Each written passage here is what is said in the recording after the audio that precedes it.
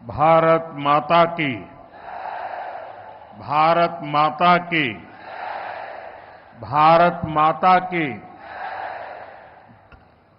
आंध्र प्रदेश के राज्यपाल सैयद अब्दुल नजीर जी, यहां के लोकप्रिय मुख्यमंत्री मेरे मित्र श्रीमान चंद्रबाबू नायडू जी, नेता अभिनेता डिप्टी सीएम पवन कल्याण जी, केंद्र सरकार में मेरे सहयोगी मंत्रीगण, राज्य सरकार के मंत्रीगण, सभी सांसद और अन्य विधायकगण, अन्य गणमान्य नागरिकगण, भाई और बहनों, आंध्र प्रजला प्रेम मरियु అభిమానానికి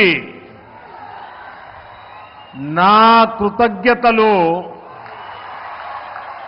నా అభిమానాన్ని చూపినచే అవకాశం ఇప్పుడు లభించింది। मैं सबसे पहले सीमाचलम वरालक्ष्मी नरसिम्हा स्वामी को प्रणाम करता हूं। साथियों, आप सबके आशीर्वाद से 60 साल के अंतराल के बाद देश में तीसरी बार एक सरकार चुनी गई और सरकार बनने के बाद एक प्रकार से विधिवत रूप से मेरा ये पहला कार्यक्रम है और जो शानदार स्वागत सम्मान आपने किया, रास्ते भर जिस प्रकार से लोग आशीर्वाद दे रहे थे और आज चंद्रबाबू ने अपने भाषण में सारे सिक्सर लगा दिए हैं। उनके एक एक शब्द के स्पिरिट को, उनकी भावना को मैं आदर करता हूं और मैं आंध्रवासियों से, देशवासियों से विश्वास दिलाता हूं कि जो भावना आज चंद्रबाबू प्रकट कर रहे थे, हम सब मिलकर के उन लक्ष्यों को अवश्य पार करेंगे। साथियों, हमारा आंध्र प्रदेश संभावनाओं का और अवसरों का, पॉसिबिलिटीज और अपॉर्चुनिटीज का राज्य है। जब आंध्र की ये पॉसिबिलिटीज साकार होगी तो आंध्र भी विकसित बनेगा और तभी भारत भी विकसित राष्ट्र बनेगा। इसलिए आंध्र का विकास ये हमारा विजन है।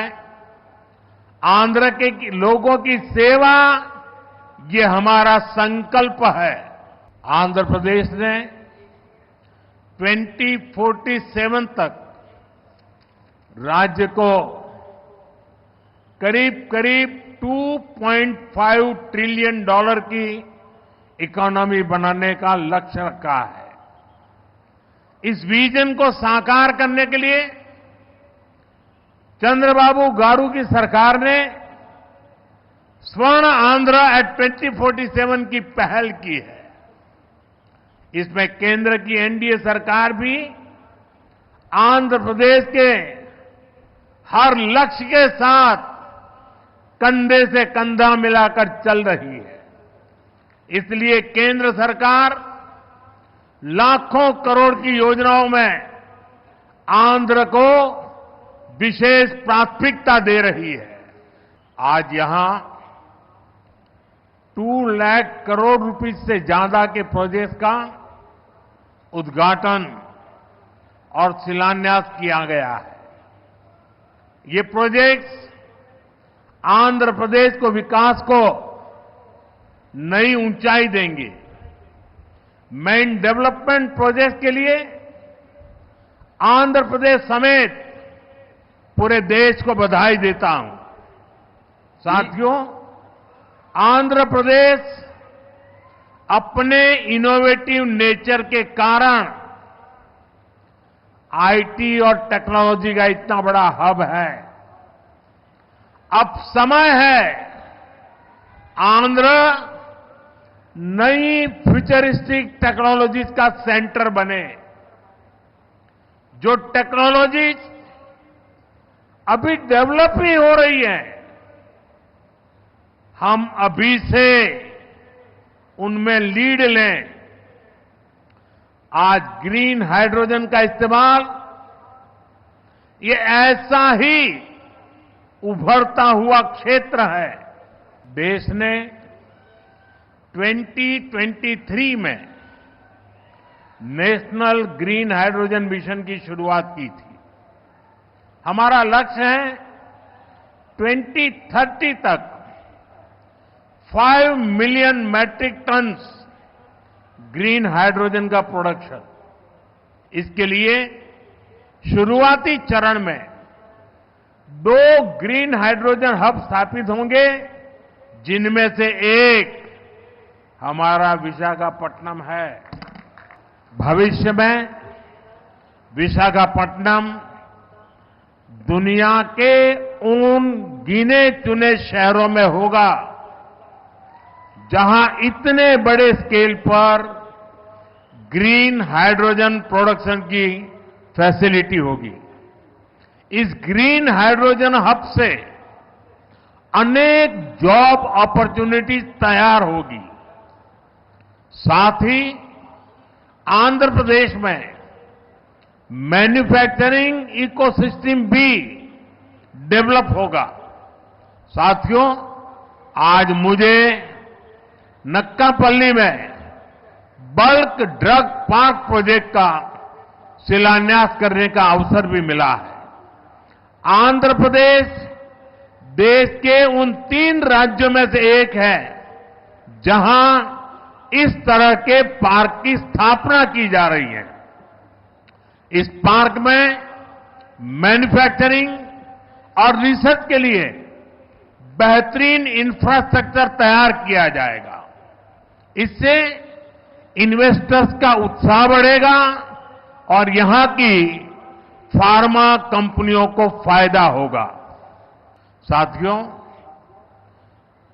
हमारी सरकार अर्बनाइजेशन को एक अपॉर्चुनिटी के रूप में देखती है और हम आंध्र को न्यू एज अर्बनाइजेशन का एक उदाहरण बनाना चाहते हैं।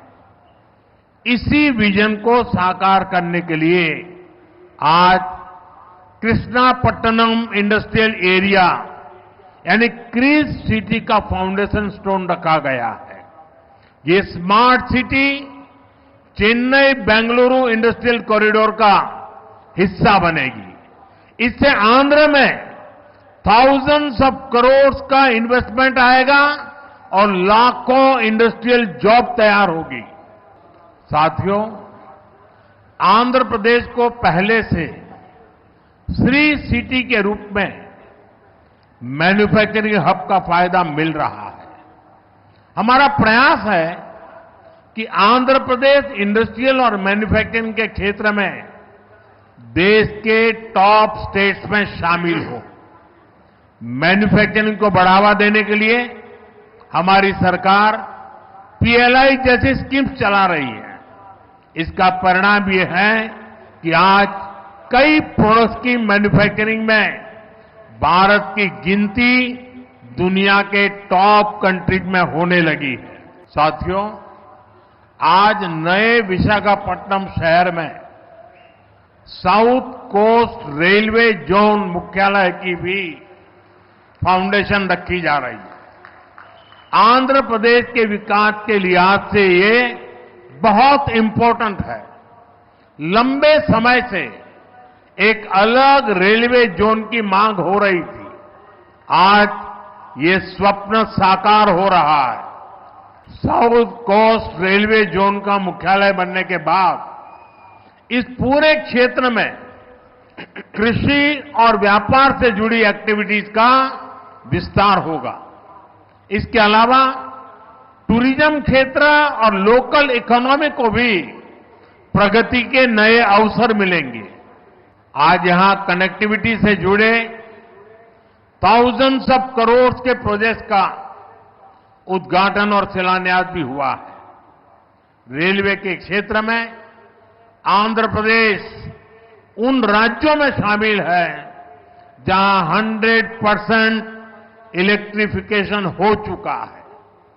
आंध्र प्रदेश के 70 से ज्यादा रेलवे स्टेशनों को अमृत भारत स्टेशन योजना के तहत डेवलप किया जा रहा है। आंध्र प्रदेश के लोगों की ईज ऑफ ट्रेवल के लिए 7 वंदे भारत ट्रेनें और अमृत भारत ट्रेन भी चलाई जा रही है। साथियों, आंध्र में ये infrastructure revolution, better connectivity, better सुविधाएं, इनसे पूरे प्रदेश का लैंडस्केप बदलेगा। इससे ईज ऑफ लिविंग और ईज ऑफ डूइंग बिजनेस बढ़ेगा। यही विकास आंध्र की करीब $2.5 ट्रिलियन इकोनॉमी का आधार बनेगा। साथियों, विशाखापट्टनम और आंध्र प्रदेश के कोस्ट सैकड़ों वर्षों से भारत के ट्रेड का गेटवे रहे हैं। आज भी विशाखापट्टनम का उतना ही महत्व है। हम समुद्र से जुड़ी अपॉर्चुनिटी के पूरे इस्तेमाल के लिए ब्लू इकोनॉमी को मिशन मोड में बढ़ावा दे रहे हैं। इसके लिए विशाखापट्टनम फिशिंग हार्बर को और आधुनिक बनाया जा रहा है। आंध्र के हमारे फिशरीज से जुड़े भाई बहनों की इनकम और बिजनेस बढ़े, हम इस दिशा में पूरी संवेदनशीलता से काम कर रहे हैं। हमने फिशरमैन को किसान क्रेडिट कार्ड जैसी सुविधाएं उपलब्ध कराई है। हम समुद्र में सुरक्षा के लिए भी अहम कदम उठा रहे हैं। साथियों, हमारा प्रयास है कि देश के हर सेक्टर में inclusive and all round development होना चाहिए, ताकि विकास का फायदा हर वर्ग को मिले।